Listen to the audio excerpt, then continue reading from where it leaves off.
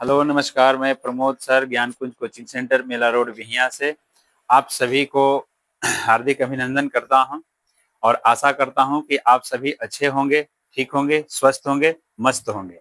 तो class 11th के लिए मैं आज लेकर आया हूं ऑक्सीकरण और अवकरण। ये चैप्टर जो है क्लास 11th का केमिस्ट्री का है और 8 चैप्टर है, जिसके पहले पार्ट में हम लोगों ने पढ़ा था कि ऑक्सीकरण अवकरण क्या है। और ऑक्सीकरण अवकरण जब जान गए थे तो उसमें था कि रेडॉक्स अभिक्रिया। रेडॉक्स अभिक्रिया क्या है? तो वैसी अभिक्रिया जिसमें ऑक्सीकरण और अवकरण दोनों अभिक्रियाएं साथ साथ होती है उसे रेडॉक्स अभिक्रिया कहते हैं। आगे के अन्य टॉपिक को समझने से पहले आज हम समझेंगे कि ऑक्सीकरण संख्या क्या है, क्योंकि आने वाले जितने भी टॉपिक है वह ऑक्सीकरण संख्या पर आधारित है। तो सबसे पहले ऑक्सीकरण संख्या को समझना अनिवार्य हो जाता है कि ऑक्सीकरण संख्या क्या है। तो सबसे पहले हम स्टार्ट करेंगे कि ऑक्सीकरण संख्या। तो ऑक्सीकरण संख्या किसे कहेंगे? तो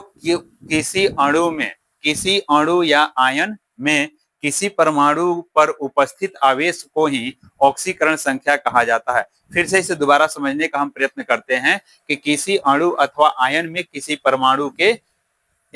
परमाणु पर उपस्थित आवेश को ऑक्सीकरण संख्या कहते हैं। जैसे इसे एक एग्जाम्पल के तौर पर हम समझ सकते हैं कि NaCl। तो NaCl एक यौगिक हुआ और यौगिक में जो सोडियम होता है एक इलेक्ट्रॉन त्यागता है और क्लोरीन जो होता है एक इलेक्ट्रॉन ग्रहण करता है। तो इस यौगिक में सोडियम पर इकाई धन आवेश है और क्लोरीन पर इकाई ऋण आवेश है। अतः सोडियम की ऑक्सीकरण संख्या जो होती है +1 होती है और क्लोरीन की जो ऑक्सीकरण संख्या होगी वह -1 होती है। तो ये हो गया किसी यौगिक या अणु भी इसको हम लोग बोल सकते हैं, NaCl का एक अणु। उसके बाद होता है आयन SO4 2- SO4 2- को हम लोग बोल सकते हैं कि यह एक आयनीय है। ठीक है ना? क्या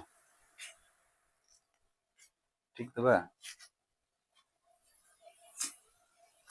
SO4 जो 2- है यह एक आयनीय है। अब इसमें हम ऑक्सीकरण संख्या निकालने का प्रयत्न करते हैं। ठीक है ना?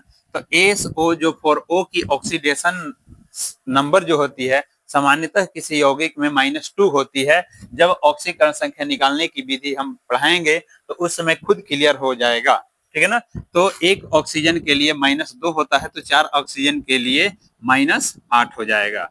तो जितना, अब देखिए -8 में हम कितना ऐड करेंगे, यानी सल्फर की ऑक्सीकरण संख्या जो होगी प्लस होगी और -8 में कितना हम ऐड करेंगे कि दोनों का अंतर जो होगा -2 बच जाएगा। तो -8 में हम +6 ऐड करेंगे जो कि दोनों का अंतर क्या हो जाएगा -2। तो अब यहाँ पर सल्फर की जो ऑक्सीडेशन नंबर निकालते हैं हम, ऑक्सीकरण संख्या निकालेंगे, वह कितना होता है +6 होता है। और यहाँ पर एक ऑक्सीजन की जो ऑक्सीकरण संख्या होगी वह कितना होगा -2 होता है। तो इस प्रकार हम ऑक्सीकरण संख्या किसी अणु अथवा आयन में निकाल सकते हैं और वह परमाणु की ऑक्सीकरण संख्या कहलाती है। चलिए आगे हम प्रयत्न करते हैं कि ऑक्सीकरण संख्या किस प्रकार हम लोग निकाल सकते हैं। तो ऑक्सीकरण संख्या निकालने के लिए हम निम्न नियमों का उपयोग करेंगे। ऑक्सीकरण संख्या ज्ञात करने के नियम। ठीक है ना? ऑक्सीकरण संख्या ज्ञात करने की विधि या नियम हम बोल सकते हैं। ऑक्सीकरण संख्या ज्ञात करने की विधि। तो ऑक्सीकरण संख्या ज्ञात करने की निम्नलिखित विधियां है और पहली विधि हम लोग पढ़ेंगे कि जो भी अकेले तत्व होता है, जो भी आपको अकेले तत्व दिखाई दे, चाहे वह अकेले तत्व अणु के रूप में हो या परमाणु के रूप में हो, मतलब कि वह अकेले हो या एक से अधिक हो, तो उसकी ऑक्सीकरण संख्या 0 होती है। ठीक है ना? तो किसी मुक्त अथवा स्वतंत्र तत्व की ऑक्सीकरण संख्या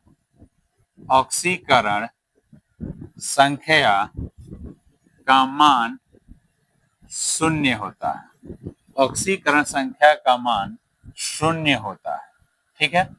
ऑक्सीकरण संख्या का मान क्या होता है? शून्य होता है। जैसे इसे एग्जाम्पल के तौर पर हम लोग समझते हैं, सोडियम अकेले है तो इसकी ऑक्सीकरण संख्या हम कितना दर्शाएंगे? शून्य दर्शाएंगे।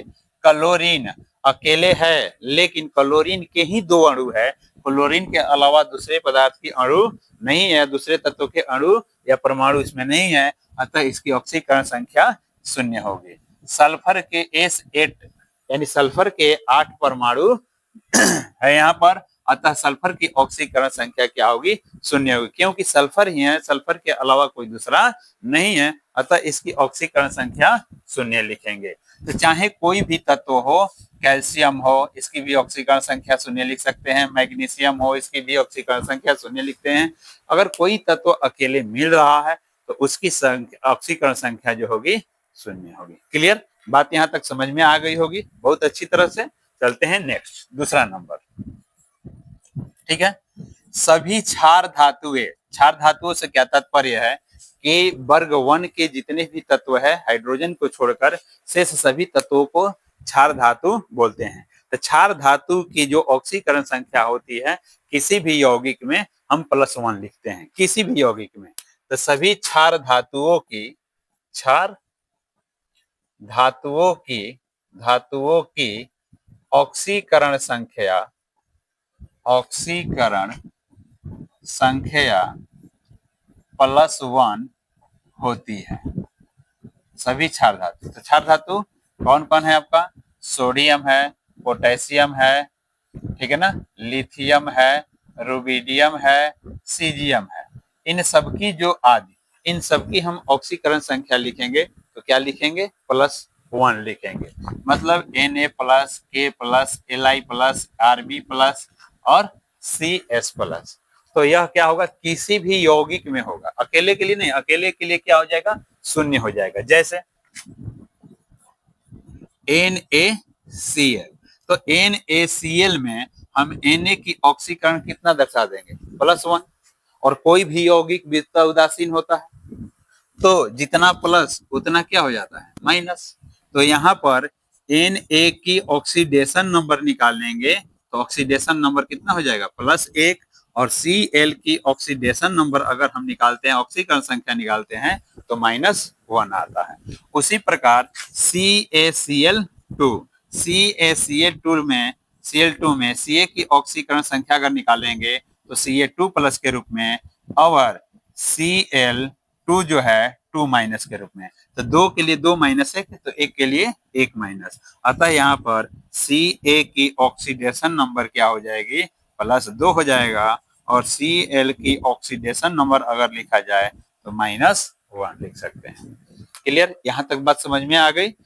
नंबर हम 3 चलते हैं। ठीक है। सभी क्षारीय मृदा धातु, क्षारीय मृदा धातु, सभी क्षारीय मृदा धातु की ऑक्सीकरण संख्या, ऑक्सीकरण संख्या किसी यौगिक में, किसी यौगिक में +2 होती है। किसी यौगिक में क्या होती है? +2 होती है। तो क्षारीय मृदा धातु से क्या तात्पर्य है? तो वर्ग 2 के जितने भी तत्व है सभी तत्वों को हम लोग क्या बोलते हैं? क्षारीय मृदा धातु। जैसे बेरिलियम, मैग्नीशियम, कैल्शियम, स्ट्रांसियम आदि। ये जो भी है तो इनकी ऑक्सीकरण संख्या अगर हमें किसी यौगिक में दर्शाना होता है तो +2 +2 +2 दर्शाते हैं। जैसे एग्जाम्पल के तौर पर देखते हैं क्या MgO, तो Mg की हम ऑक्सीकरण संख्या कितना दर्शाएंगे? +2 और जितना प्लस उतना माइनस। अगर CaO है तो इसका प्लस, कैल्शियम का +2 और ऑक्सीजन का -2 हो जाएगा। क्योंकि हमें यहाँ पर ध्यान देना है किससे? क्षारीय मृदा धातु से। और क्षारीय मृदा धातु मैग्नीशियम और कैल्शियम है तो इस पर हम कितना रखेंगे?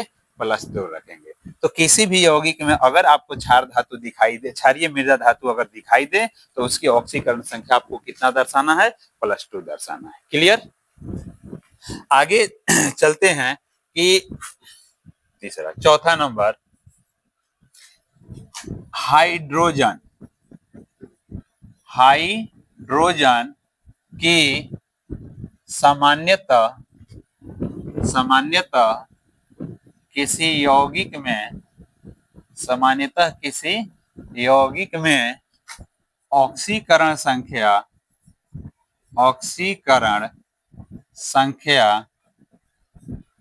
प्लस 1 होती है, 1 होती है, ठीक है ना। तो हाइड्रोजन की समानता ऑक्सीकरण संख्या किसी भी अगर यौगिक में देखा जाए तो वह क्या होगा, +1 होता है, ठीक है ना।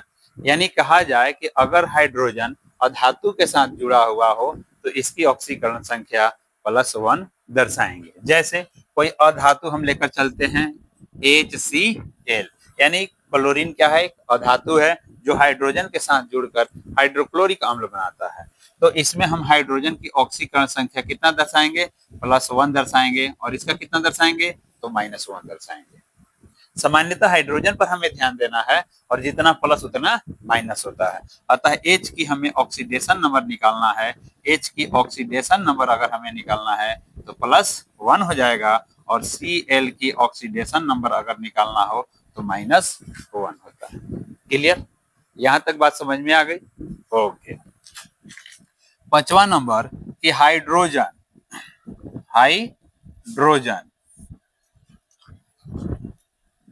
की हाइड्राइडो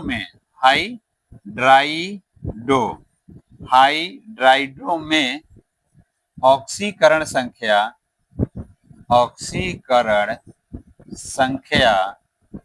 -1 होती है। अब जितना भी हाइड्राइड देखा जाए तो हाइड्राइड हाइड्रोजन धातुओं के साथ मिलकर हाइड्राइड का निर्माण करता है। तो जब हाइड्रोजन धातु के साथ अभिक्रिया करता है तो उस धातु के हाइड्राइड बनाता है, ठीक है ना। तो मतलब कि हाइड्रोजन अगर धातु के साथ जुड़ा हुआ है तो उसमें हाइड्रोजन की ऑक्सीकरण संख्या जो होगी वह -1 होगी। इसे भी एग्जाम्पल के तौर पर हम लोग समझते हैं, तो जैसे लिथियम हाइड्राइड LiH, ठीक है। तो इसमें क्या करना है, हाइड्रोजन की ऑक्सीकरण संख्या -1 दर्शाएंगे, और लिथियम क्षार धातु है तो इसका +1 हो जाएगा। यानी +1 लिखूं या प्लस लिखूं, बात एक ही है। उसके बाद सोडियम हाइड्राइड NaH, तो हाइड्राइड में हाइड्रोजन की ऑक्सीकरण संख्या -1 और सोडियम की ऑक्सीकरण संख्या +1। कैल्शियम हाइड्राइड CaH2, तो यहाँ पर 2 हाइड्रोजन है तो एक हाइड्रोजन की -1 होता है, तो 2 हाइड्रोजन की यहाँ पर क्या हो जाएगी, -2 होगी, और यहाँ पर कैल्शियम का कितना हो जाएगा, +2 हो जाएगा। क्लियर, यहाँ तक बात समझ में आ गई होगी। आशा करता हूं कि समझ में ही नहीं, पूर्ण रूप से आपको समझ में आ गई होगी, मन में थोड़ा सा भी डाउट नहीं होगा। तो हाइड्रोजन, ठीक है, क्लियर। आगे चलते हैं रूल नंबर 6।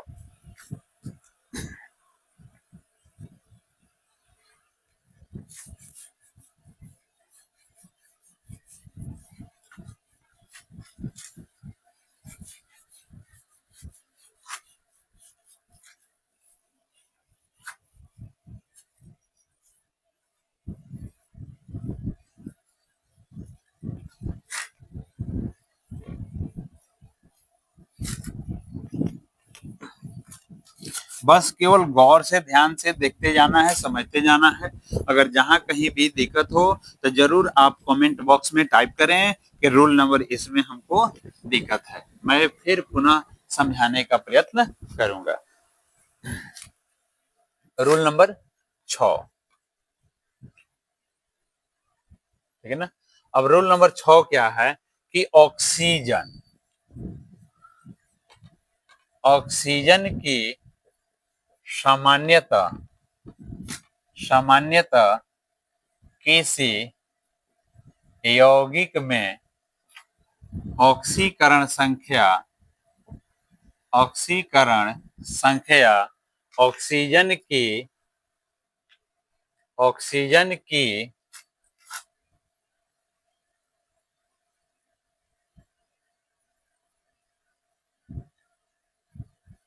भिन्न भिन्न यौगिकों में ऑक्सीकरण संख्या भिन्न भिन्न होती है। अब कहने का क्या तात्पर्य है कि अलग अलग यौगिकों में ऑक्सीजन की ऑक्सीकरण संख्या अलग अलग देखने को मिलेगी। तो सामान्य तौर पर जो हम यौगिक देखते हैं उसमें ऑक्सीजन की ऑक्सीकरण संख्या जो होती है वो -2 होती है, ठीक है ना। सामान्यतः किसी यौगिक में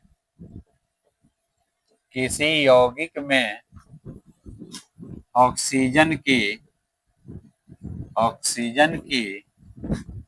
ऑक्सीकरण संख्या -2 होती है, ठीक है ना। जैसे देखते हैं हम, जैसे ZnO जिंक ऑक्साइड। तो जिंक ऑक्साइड एक सामान्यतः यौगिक है जिसमें हम क्या लिखेंगे, ऑक्सीजन का -2, तो Zn का हम कितना लिख सकते हैं, +2 लिख सकते हैं, ठीक है ना। उसके बाद है H2O। तो H2O में ऑक्सीजन की ऑक्सीकरण संख्या हम -2 दर्शाएंगे, तो हाइड्रोजन की ऑक्सीकरण संख्या +2 दर्शानी पड़ेगी। MgO -2 और ये क्या हो जाएगा, +2।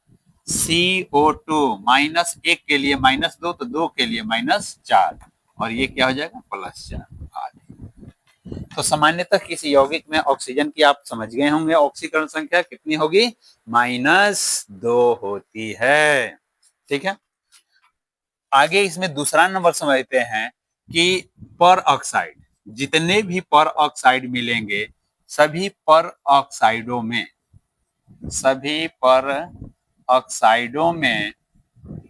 ऑक्सीजन की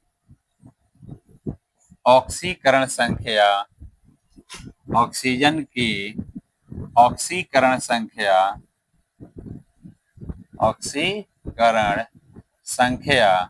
-1 होती है। अब देखिए जितना भी आपको पर ऑक्साइड मिलेगा उसमें आपको ऑक्सीजन की ऑक्सीकरण संख्या माइंड में फिक्स कर लेना है कि -1 ही रखना है। जैसे H2O2 हाइड्रोजन पर ऑक्साइड में अगर हम ऑक्सीजन पर विचार करते हैं तो एक ऑक्सीजन के लिए -1 होती है, तो बताइए 2 ऑक्सीजन के लिए -2 दर्शाएंगे तो इसका +2 दर्शाएंगे। क्लियर।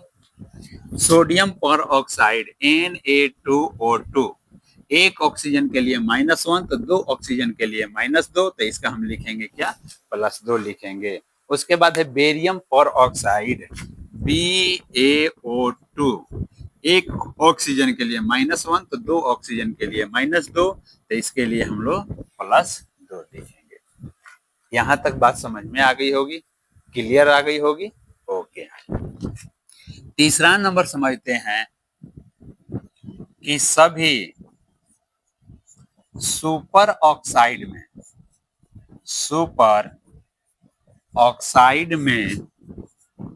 ऑक्सीजन की ऑक्सीकरण संख्या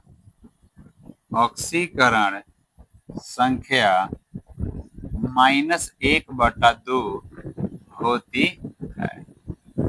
अब -1/2 तो सुपर ऑक्साइड क्या है, जैसे देखते हैं सुपर ऑक्साइड KO2। तो KO2 एक क्या है, सुपर ऑक्साइड है जिसमें ऑक्सीजन की ऑक्सीकरण संख्या -1/2 होती है। तो ये पोटेशियम है जो क्षार धातु है, और क्षार धातु का क्या होता है, ऑक्सीकरण संख्या +1, तो जितना प्लस उतना क्या होता है, माइनस। तो 2 के लिए -1 है, तो जब 1 में 2 से डिवाइड करेंगे तो 1 के लिए क्या हो जाएगा, -1/2। NaO2 ये +1 होगा, तो ये क्या हो जाएगा, -1 होगा। तो जितने भी आपको सुपर ऑक्साइड मिलने वाले हैं या सुपर ऑक्साइड है उसमें ऑक्सीजन की ऑक्सीकरण संख्या आप कितना दर्शाओगे, तो -1/2 दर्शाएंगे। क्लियर। आगे चलते हैं इसमें डी नंबर कि OF2 में O की ऑक्सीकरण संख्या +2 होती है। ये आपका अपवाद में आता है, एक OF2 में ऑक्सीजन की ऑक्सीकरण संख्या जो होती है क्या होता है, +2 होता है। कैसे, तो O F कितने हैं, 2 है। तो फ्लोरीन क्या है, एक हैलोजन तत्व है, और हैलोजन तत्व में इसकी विद्युत ऋणात्मकता यानी जो इलेक्ट्रॉन को खींचने की जो शक्ति होती है सबसे अधिक प्रबल होती है। अतः फ्लोरीन जो है हमेशा इलेक्ट्रॉन ग्रहण ही करता है। तो इस ऑक्सीजन से अपना जब एक इलेक्ट्रॉन ग्रहण कर लेता है तो इसकी ऑक्सीकरण संख्या -1 हो जाती है। तो ये भी फ्लोरीन इस ऑक्सीजन से ऑक्सीकरण एक इलेक्ट्रॉन ग्रहण कर लेगा तो इसकी भी ऑक्सीकरण संख्या -1 हो जाती है। चूंकि यहाँ पर ऑक्सीजन एक इस फ्लोरीन को इलेक्ट्रॉन दिया है, एक इस फ्लोरीन को इलेक्ट्रॉन दिया है, अतः ऑक्सीजन ने 2 इलेक्ट्रॉन का त्याग किया है, अतः यहाँ पर इसकी ऑक्सीकरण संख्या +2 होगी। ठीक है। ई नंबर इसमें हम देखते हैं कि O2F2 में ऑक्सीजन की ऑक्सीकरण संख्या, ऑक्सीजन की ऑक्सीकरण संख्या, ऑक्सीकरण संख्या, ऑक्सीकरण संख्या +1 होती है, +1 होती है। जैसे अब देखिए यहाँ पर O कितना है, 2 है, F कितना है, 2 है। अब इलेक्ट्रॉन के मामले में जो फ्लोरीन है बाहरी कक्षा में 7 इलेक्ट्रॉन है, अतः इसकी विद्युत ऋणात्मकता भी क्या है, ऑक्सीजन से अधिक है, अतः यह एक इलेक्ट्रॉन ग्रहण करके -1 ऑक्सीकरण अवस्था में बदल जाता है। तो दूसरा भी फ्लोरीन -1 ऑक्सीकरण अवस्था में बदल जाता है। तो यह एक इलेक्ट्रॉन फ्लोरीन को दे दिया, इस कारण इसका +1, और इसने यह दूसरा अपना इलेक्ट्रॉन इसको दे दिया, इस कारण यह +1। फिर भी ये दोनों अगर आपस में साझेदारी करते हैं तो केवल दिखावे के लिए, क्योंकि दोनों की जो विद्युत ऋणात्मकता होती है समान होती है, और समान होने के कारण न ये इलेक्ट्रॉन त्याग सकता है और न ही ग्रहण कर सकता। अतः इस स्थिति में ऑक्सीजन की जो ऑक्सीकरण संख्या होती है वह +1 होती है। क्लियर।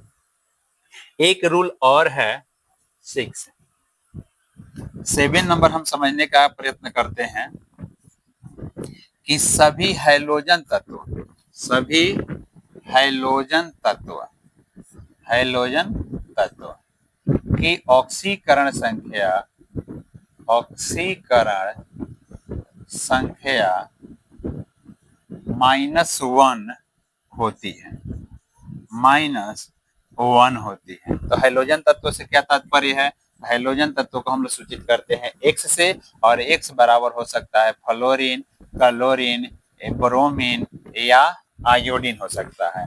और ये जितने भी तत्व है अगर किसी यौगिक में अगर दिखाई दे रहा है तो इसकी ऑक्सीकरण संख्या -1 लिखेंगे, यानी सब पर क्या होगा, -1 होगा। जैसे देखते हैं KCl, तो KCl में K क्या है, क्षार धातु है, +1। Cl क्या है, हैलोजन तत्व है, और हैलोजन तत्व की ऑक्सीकरण संख्या क्या होगी, -1 हो जाएगी। CaCl2 होगा, तो कैल्शियम क्लोराइड, तो एक हैलोजन का -1, तो 2 हैलोजन का यहाँ पर क्या होगा, -2, तो इसका क्या हो जाएगा, +2 हो जाएगा। तो जितने भी तत्व आपको मिलने वाले हैलोजन तत्व की जो ऑक्सीकरण संख्या होती है वह -1 होती है। तो यहाँ तक जितने भी स्टूडेंट अगर ध्यान देकर एक एक रूल, एक एक विधि को अगर अच्छी तरह से पढ़ते हैं तो मैं पूर्ण विश्वास के साथ कह सकता हूं कि वह ऑक्सीकरण संख्या जो ये कंसेप्ट है उसको पूर्ण रूप से समझ में आ जाएगा। ठीक है, क्लियर। तो अभी हमने पढ़ा ऑक्सीकरण संख्या ज्ञात करने की कुछ विधियां। तो ऑक्सीकरण संख्या ज्ञात करने के लिए बहुत सारी विधियां हैं, उन विधियों को अगर ध्यान में रखा जाए तो किसी भी यौगिक में किसी भी परमाणु की ऑक्सीकरण संख्या को ज्ञात किया जा सकता है। चलिए इसे एग्जाम्पल के द्वारा हम लोग समझते हैं कि कैसे निकाला जा सकता है किसी परमाणु की ऑक्सीकरण संख्या। तो जैसे पहला एग्जाम्पल है हमारे पास KMnO4। तो KMnO4 में रेखांकित की गई तत्व क्या है, Mn है, क्योंकि जो भी रेखांकित तत्व किया जा रहा है उस रेखांकित तत्व की ऑक्सीकरण संख्या ज्ञात करनी है। तो KMnO4 में हमें निकालनी है Mn की ऑक्सीकरण संख्या। तो जिसकी ऑक्सीकरण संख्या ज्ञात करनी है उसकी ऑक्सीकरण संख्या को मान लेंगे हम क्या, XYZ, आप कुछ भी मान सकते हो, ठीक है ना। तो माना की ऑक्सीकरण संख्या Mn की ऑक्सीकरण संख्या X है। ठीक है, तो जो रूल में आपको मैंने बताया है कि पोटेशियम जो है क्षार धातु है और क्षार धातु की ऑक्सीकरण संख्या 1 होती है, तो एक पोटेशियम की ऑक्सीकरण संख्या 1 हुई और मैग्नीज की ऑक्सीकरण संख्या हमने क्या माना है, Mn की X माना है। और एक ऑक्सीजन की ऑक्सीकरण संख्या सामान्यतः -2 होती है, तो 4 यहाँ पर ऑक्सीजन की ऑक्सीकरण संख्या निकाल लेंगे और कुल कुल इन परमाणुओं की कुल ऑक्सीकरण संख्या मिलाकर क्या होती है, 0 होती है। जब तक कि इसके ऊपर कोई आवेश उपस्थित नहीं है, तब उसका हम कुल ऑक्सीकरण संख्या का मान लिखेंगे 0। अब यहाँ से +1 और इसका मल्टीप्लाई करेंगे तो हो जाएगा -8 बराबर 0, यानी x और -8 में से प्लस अगर 1 ऐड किया जाएगा तो ये हो जाएगा कितना, -7 इक्वल टू 0। ये बाईं तरफ माइनस में है, अगर दाईं तरफ जाता है तो ये किस में हो जाएगा, प्लस में हो जाएगा। इसलिए x बराबर +7। हमने x क्या माना है, Mn की ऑक्सीकरण संख्या माना है, अतः Mn की जो ऑक्सीकरण संख्या होगी वो +7 होगी। ऐसा ही एक दूसरा एग्जाम्पल हम लोग समझते हैं क्या, K2Cr2O7 को। तो K2Cr2O जो 7 है, अगर इसमें बोल दे कि आपको Cr की ऑक्सीकरण संख्या क्या करनी है, ज्ञात करनी है, तो Cr की जो ऑक्सीकरण संख्या ज्ञात करनी है, तो सबसे पहले Cr की ऑक्सीकरण संख्या हम मान लेंगे क्या, X। तो माना कि Cr की ऑक्सीकरण संख्या इक्वल टू X, तो एक पोटेशियम का होगा +1 इंटू कितना पोटेशियम है, 2 है। अगला जो तत्व आएगा तो उसके बीच में ऐड का चिन्ह देंगे, प्लस का चिन्ह देंगे। एक Cr का माना है X, तो 2 Cr है तो X इंटू 2, और एक ऑक्सीजन का -2 होता है, तो 7 ऑक्सीजन है तो -2 इंटू 7 इक्वल टू, इस पर भी कोई आयन नहीं दिया हुआ है, तो इसकी ऑक्सीकरण संख्या हम लोग मानेंगे 0। अब ये हो जाता है +2, ये हो जाएगा 2x और ये हो जाएगा -14 इक्वल टू क्या हो जाएगा, 0।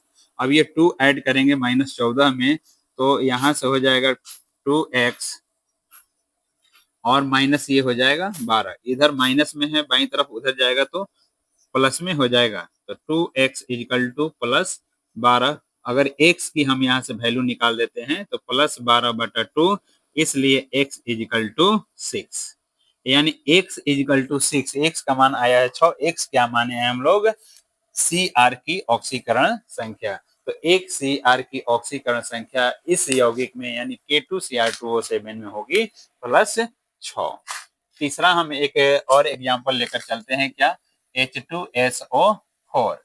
तो S की अगर हमें ऑक्सीकरण संख्या निकालनी होगी तो मान लेंगे कि X की जो ऑक्सीकरण संख्या है वह X है, तो यहाँ पर एक हाइड्रोजन का +1, तो यहाँ पर 2 हाइड्रोजन के लिए +2 हो जाएगा। X S का मैंने माना है X, और यहाँ पर हो जाएगा एक ऑक्सीजन के लिए -2, तो 4 ऑक्सीजन के लिए हो जाएगा -2 इंटू 4 इजिकल टू क्या हो जाएगा, 0। तो ये हो जाएगा +2 + x -8 इजिकल टू 0, या x - 6 इजिकल टू 0, इसलिए x बराबर जो हो जाएगा वो क्या होगा, +6। अतः H2SO4 में हो जाएगा सल्फर की +6 ऑक्सीकरण संख्या। तो SO4 सल्फेट, अगर सल्फेट किसी भी यौगिक में दिखाई दे आपको, तो सल्फेट में SO4 में सल्फर की ऑक्सीकरण संख्या आपको +6 लेकर चलनी होती है। ठीक है, उसके बाद अगर ऐसे ही बहुत सारे एग्जाम्पल आपको दिए रहेंगे, जैसे और एक एग्जाम्पल मान लेता हूँ Na2H2O4। तो इसमें अगर बोल दे आपको कि सल्फर की ऑक्सीकरण संख्या निकालनी है, तो यहाँ पर सल्फर की ऑक्सीकरण संख्या मानेंगे 1। एक सोडियम का 1 होता है, तो यहाँ पर 2 सोडियम के लिए +2 हो जाएगा।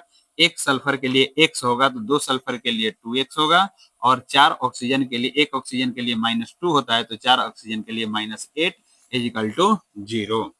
तो 2x, और इसको हम क्या कर लेंगे, दोनों को जोड़ लेंगे, तो ये माइनस में है और ये प्लस में है, तो माइनस ये हो जाएगा 6 इजिकल टू 0। 2x इधर माइनस में है, उधर जाएगा तो क्या हो जाएगा, प्लस में हो जाएगा। इसलिए x का अगर वैल्यू हम निकालेंगे तो 6/2 इजिकल टू 3। तो मतलब यहाँ पर जो सल्फर एक सल्फर है उसकी ऑक्सीकरण संख्या आएगी यहाँ पर +3। तो इस प्रकार किसी भी यौगिक में आप किसी भी तत्व की ऑक्सीकरण संख्या को ज्ञात कर सकते हैं। ठीक है, अब आगे मैं दे तो एक एग्जाम्पल आपके लिए रहा, टास्क रहा, मैं एक एग्जाम्पल आपके लिए टास्क दे रहा हूं। अगर आपको ये समझ में आई हो तो जरूर आप इसकी ऑक्सीकरण संख्या निकालकर कमेंट बॉक्स में टाइप कीजिएगा कि उस तत्व की ऑक्सीकरण संख्या कितनी आ रही है। जैसे CH4 में C की ऑक्सीडेशन नंबर निकालनी है तो कमेंट बॉक्स में आप लोग जरूर टाइप कीजिएगा कि C की ऑक्सीकरण संख्या कितनी आती है। तो